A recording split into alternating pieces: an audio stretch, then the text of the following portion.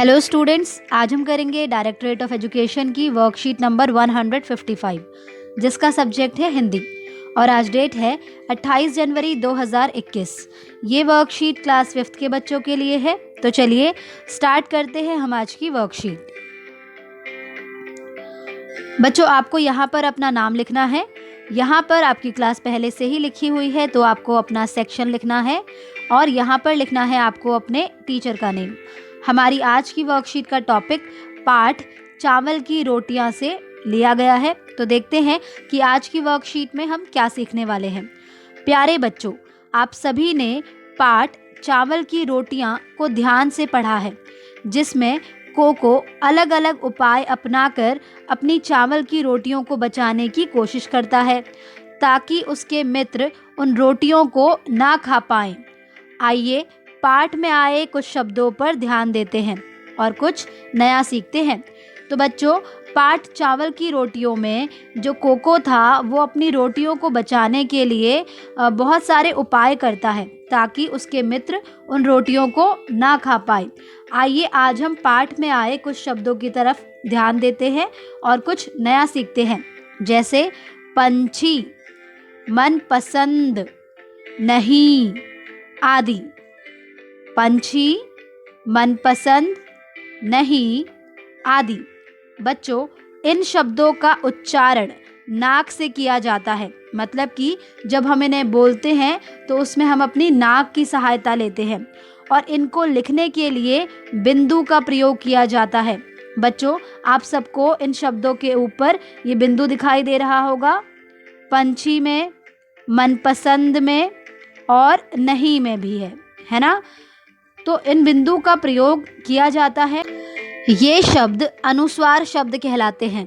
कौन से शब्द कहलाते हैं? अनुस्वार शब्द कहलाते हैं। अब जरा नाक को दबाकर बंदर, पंजाब और सुंदर बोलने का प्रयास कीजिए। तो आइए बच्चों, बोलकर देखते हैं। तो उसके लिए आपको क्या करना पड़ेगा? अपनी नाक को दबाना पड़ेगा और फिर इन 3 शब्दों को बोलना पड़ेगा, जैसे कि बंदर, पंजाब, सुंदर, है ना। नहीं बोल पाए ना, तो आपको भी ये ट्राई करना है और हमें बताना है कि आप इनको ऐसे बोल पाए या नहीं।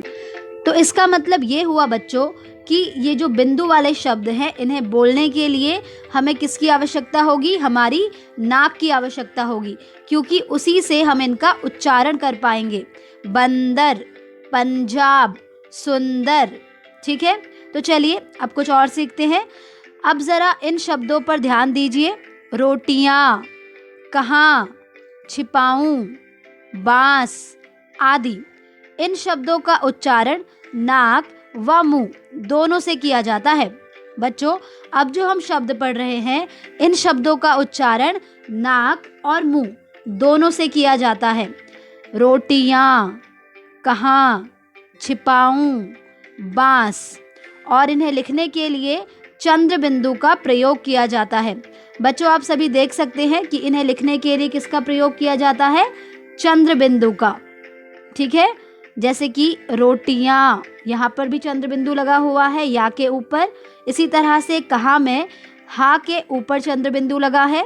इसी तरह से छिपाऊं में ऊ के ऊपर चंद्र बिंदु लगा है और इसी तरह से बांस में बा के ऊपर चंद्र बिंदु लगा है। तो ये शब्द अनुनासिक शब्द कहलाते हैं। कौन से शब्द कहलाते हैं? अनुनासिक शब्द कहलाते हैं। तो जिन शब्दों का उच्चारण करते समय नाक की सहायता ली जाती है, उन्हें हम कहते हैं अनुस्वार शब्द और उनको लिखने के लिए बिंदु का प्रयोग किया जाता है। और उसी तरह से जिन शब्दों का उच्चारण करने के लिए नाक व मुंह दोनों की सहायता ली जाती है, उन्हें हम कहते हैं अनुनासिक शब्द और उसे लिखने के लिए हम प्रयोग करते हैं चंद्र बिंदु का। प्रश्न 1, कोको को अनुस्वार व अनुनासिक वाले शब्दों को पहचानने और उसके उच्चारण में कुछ कठिनाई हो रही है। आप पाठ में आए इन वाक्यों को बोलकर पढ़िए और गहरे रंग के शब्दों में सही जगह पर बिंदु या चंद्र बिंदु लगा दीजिए, जिससे कोको की मदद हो पाए। तो आइए बच्चों, इन शब्दों को पढ़ते हैं और सही जगह पर बिंदु या चंद्र बिंदु लगाते हैं। ठीक है, तो पहला देखते हैं। बहुत बुरी बात, मेरी माँ ने केले के पापड़ बनाए थे। तो बच्चों यहाँ पर जल्दी से बताइए कि जो माँ शब्द है उसमें बिंदु आएगा या चंद्र बिंदु?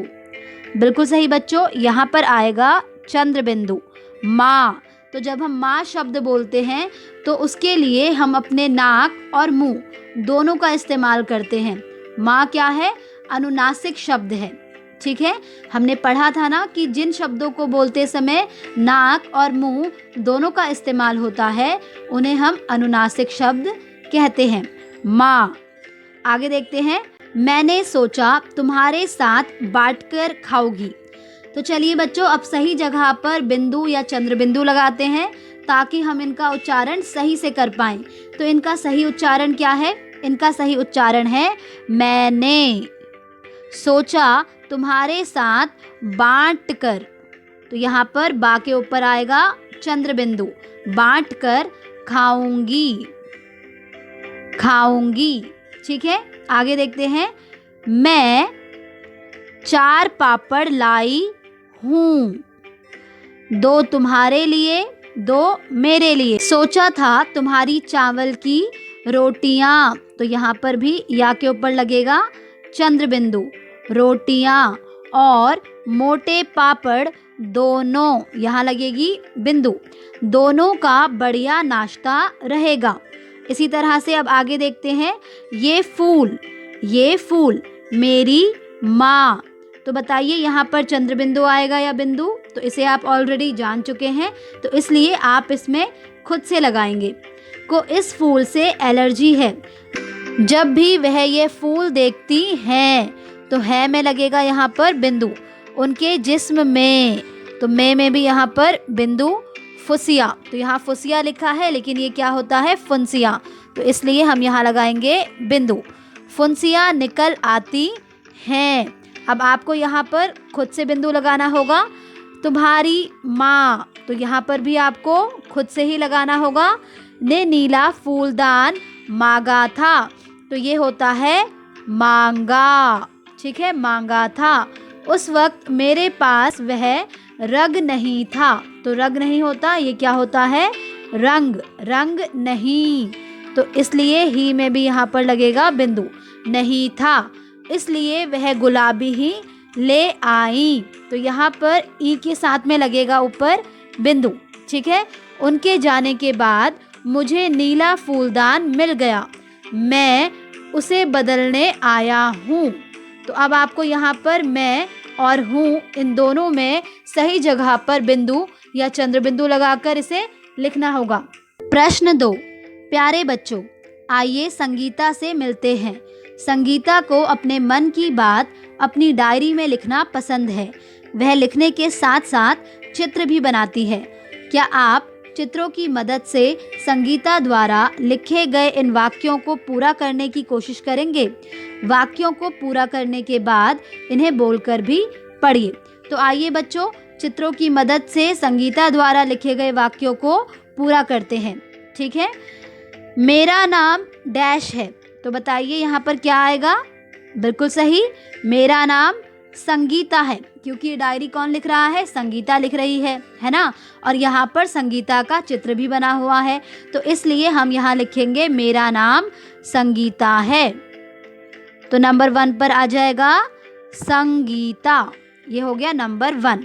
आगे देखते हैं, मुझे रात के समय डैश को देखना बहुत अच्छा लगता है। तो बताइए बच्चों, ये चित्र किसका है? बिल्कुल सही, ये चित्र है चांद का। किसका है? चांद का। तो हम यहाँ पर लिखेंगे चांद। तो ये हो जाएगा नंबर 2। तो इसे आप यहाँ पर लिख दीजिएगा। मेरा मन करता है कि एक दिन मैं भी डैश की तरह आसमान की सैर कर सकूं। तो यहाँ पर किसका चित्र बना हुआ है? परियों का चित्र बना हुआ है, तो इसलिए आप यहाँ लिखेंगे परियों। मेरा मन करता है कि एक दिन मैं भी परियों की तरह आसमान की सैर कर सकूं। आगे देखते हैं, सर्दियों के मौसम में मुझे डैश खाना बहुत अच्छा लगता है। तो बच्चों, आपको अब इस चित्र को देखकर इसका नाम यहाँ पर लिखना होगा।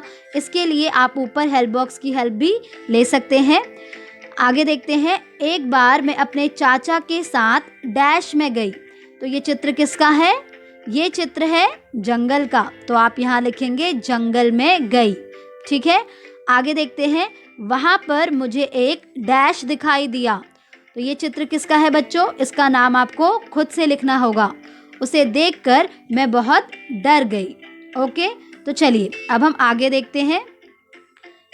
प्रश्न 3, अपनी पाठ्य पुस्तक के पाठ चावल की रोटियों में आए किन्हीं 5 अनुस्वार व 5 अनुनासिक शब्दों को लिखिए।